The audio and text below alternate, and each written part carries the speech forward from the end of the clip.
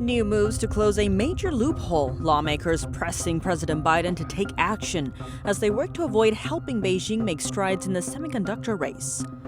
Will President Joe Biden soon meet China's Xi Jinping? Reports say plans are already in the works and scheduled for next month in San Francisco. A company under Chinese shopping giant Alibaba facing questions from Belgium. Authorities there say they've been monitoring the logistics hub for signs of spying that could give China an edge. And a near collision in the South China Sea, which forced the commanding officer to stop its engine. What led to the dangerous maneuver? What do you think? Let us know below and subscribe if you haven't already.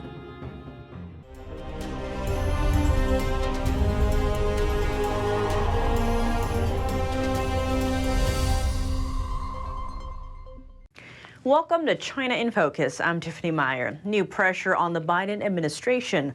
Lawmakers are calling on Washington to restrict American companies from contributing to a key technology, one that could help Beijing in its semiconductor race with the U.S. Here's more. New calls for the White House to take action. Lawmakers are pressuring President Biden to restrict American companies from working on a key type of chip technology. It's free, open source, and widely used in China. Senators Marco Rubio and Mark Warner are concerned that open collaboration between American and Chinese companies could help Beijing get ahead and become self-sufficient in semiconductor technology. The technology in question is called RISC-V. It can power chips used in artificial intelligence and other military weapons. Underpinning those concerns is the U.S.-China fight over semiconductor tech. Whoever takes the lead would be more likely to dominate on a future battlefield, as chips power everything from iPhones to fighter jets and missile systems. The Chinese military has been relying on U.S. chip technology and products to advance its military power. The U.S. took action to stop it, rolling out sanctions to prevent Beijing from getting its hands on advanced chips made with U.S. technology. Back to the RISC-V technology. China has been investing in it in an effort to get around U.S. sanctions and become self-sufficient. Chinese tech giant Huawei also embraced the tech as a pillar of China's progress in developing its own chips. Huawei recently rolled out a new phone, and there's been a lot of discussion about whether it was made with 5G chips made in China. Because if so, it could mean China's semiconductor industry has made significant advances. It would also suggest U.S. sanctions against Huawei are losing their teeth. Washington is weighing new sanctions on U.S. chip-making equipment exports to China. An in-person meeting between President Biden and Chinese leader Xi Jinping may be on the horizon. According to the Washington Post, the White House is already making plans for the face-to-face talks as the two countries seek to smooth tensions. The potential meeting would take place at the APEC summit in San Francisco next month. But so far, China hasn't confirmed whether Xi will attend. If the talks do happen, it would be the second in-person meeting between the two leaders. They last met in Bali last November at a G20 summit. Ties between the world's two largest economies have been strained in recent years due to issues like Taiwan, allegations of spying, and human rights violations, among other issues. The Biden administration has been working to repair ties with China. Top U.S. officials like Secretary of State Antony Blinken and Commerce Secretary Gina Raimondo have visited Beijing in recent months. More Washington officials seeking talks with Beijing. House Majority Leader Chuck Schumer is leading a bipartisan delegation to China next week. But will the discussion ease the tensions between the superpowers? Let's zoom in. More and more U.S. officials are visiting China this year, and some lawmakers are taking issues with the trips. Senator Rick Scott is urging the House to pass a bill to block Congress from using taxpayer dollars on official visits to Communist China. The proposal comes just days ahead of Majority Leader Chuck Schumer's China trip. He's set to bring up human rights abuses with Beijing, as well as China-made fentanyl precursors surging into America. Senator Scott took aim at the planned visit, saying nothing Chuck Schumer says will stop Communist China's human rights abuses. He also touched on the fentanyl shipments and referred to Chinese leader Xi Jinping as a, quote, murderous dictator. The term dictator has been repeatedly used to describe China's Communist Party head, following President Biden's use of it in recent months. He made the comment while talking about the Chinese spy balloon incident. Back to Schumer, he's reportedly looking to highlight the full scope of the White House's China policy, which is staying harsh on known points of contention while lining up opportunities to expand communication. But a number of lawmakers accuse the game plan of looking weak to Beijing. Worth noting, Beijing-linked hackers have attacked the email accounts of senior U.S. officials ahead of or during trips to China. That's including the U.S. ambassador to China and Commerce Secretary Gina Raimondo. An international consultancy firm with a focus on China says it has satisfied a Chinese probe. Capvision says Beijing regulators have completed their rectification of the firm. In a statement issued on Tuesday, Capvision explained that it made significant changes to its compliance system with guidance from the state, and that authorities reviewed and approved the changes. Here's some context. Beijing has been increasingly vocal about international business consultants posing a possible threat to national security. That's because they were suspected of giving sensitive information to their clients. Capvision was a prominent target of the Chinese regime's recent anti-espionage clampdown. The firm's office was raided by police earlier this year. Beijing also probed consultancy firm Bain & Company and due diligence group Mintz. Is Beijing sneaking military personnel into the U.S. through the southern border? The surge in illegal Chinese migrants is reigniting concerns. Many are military-aged, and it's fueling debate on a potential new kind of border crisis. What's at risk for national security? We spoke to retired General Robert Spalding, an Epoch Times contributor and senior fellow at the Hudson Institute, for details.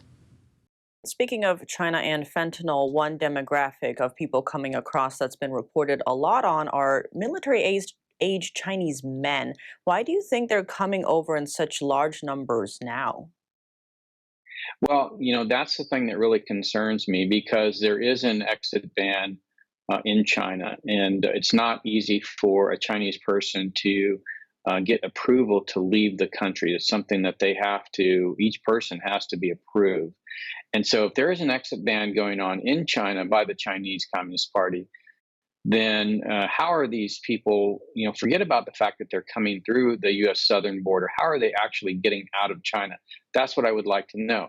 And if the Chinese Communist Party had the intent to infiltrate our society through the southern border, then they would have a reason to let people out of China. And so this is the big question that I think the American people deserve an answer to. We need to round some of these people up and question them. We certainly shouldn't just assume they're here on some kind of refugee status, or they're trying to flee the Chinese Communist Party. Some of them very well may be trying to do that. That being said, we need to actually understand, because the Chinese Communist Party is an enemy, we need to understand what each and every one of them are doing. And again, they should not be released into our society. And on that note, some national security experts are actually saying our border crisis is being exploited by countries like China. Do you see that being the case here?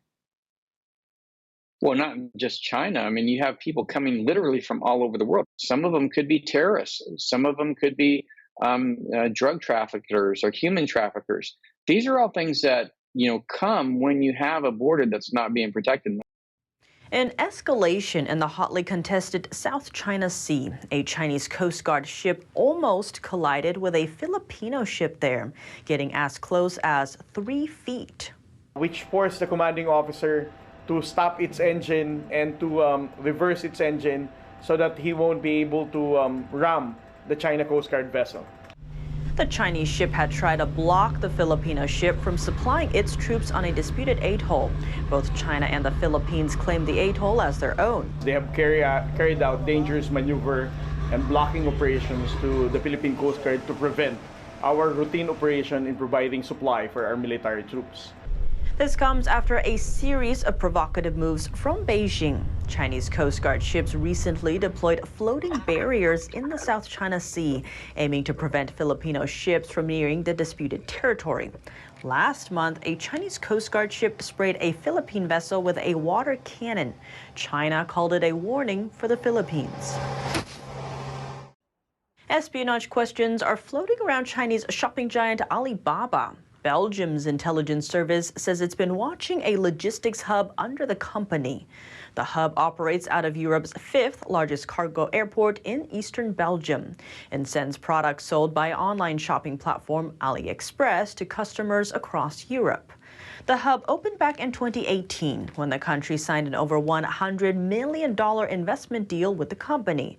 The agreement was expected to help boost Belgium's economy and close its trade gap with China. That gap has more than doubled from 2021 to 2022. According to the Financial Times, Belgium security officials have been investigating possible espionage and/or interference activities linked to Chinese entities, including Alibaba. The main concern involves Chinese law. Under it, Beijing can demand that Chinese companies hand over their data, and that could give the Chinese regime insight into supply chains, European trade data, and potential vulnerabilities, plus data on consumers. The Belgium agency says Beijing has the intent and capacity to use this data for non-commercial purposes. Alibaba voiced plans last month to list the logistics company on the Hong Kong Stock Exchange. Alibaba and its logistics hub deny wrongdoing. A prime minister from the Balkans has an urgent message. Today's Ukraine could be our tomorrow. Amid rising threats from Russia and China, the leader of Montenegro is asking for a special favor from the European Union to bolster security in the southeastern Europe's Balkans. Here's more. Today we have the situation when Russia Federation make aggression on Ukraine. Tomorrow, same things can happen in Western Balkan. Speaking at a security forum in Poland earlier this week, Montenegro's prime minister warned that EU should keep its doors open for new members. If we want to have more protection and more feeling of security and safety, I think that EU should come to that decision to make the enlargement process alive again. 6 Balkan countries, including Serbia, Kosovo, Bosnia, and Montenegro, are at different stages of integration into the bloc. That process has stalled since 2013, when Balkan state Croatia became the EU's newest member. Now, with Russia's war in Ukraine, integration of the Western Balkans appear to carry a new geopolitical urgency. If we don't do that, we will give the opportunity for the impact of Russia, for the impact of China. Ukraine also is seeking to join the bloc. That's all for today's China in Focus on YouTube. We're now sharing a shortened version of our program here after being demonetized for 2 years. Here's what to look out for in our second half. Reports of Chinese espionage targeting U.S. military bases under investigation by Oversight Committee Chair James Comer and others. Under Beijing's national intelligence law, Chinese nationals are compelled to cooperate with the Chinese Communist Party, even when they're living abroad. And back in August, the Justice Department arrested and charged 2 U.S. Navy sailors for delivering military secrets to Chinese intelligence officers. With national security on the line, what lies ahead for U.S.-China relations? To discuss, we sat down with Adam Savitt, the Director of China Policy Initiative at AFPI. The full episode is available on our partner platform, FATV. To sign up, click the link down below. Thanks for watching China in Focus. I'm Tiffany Meyer. See you soon.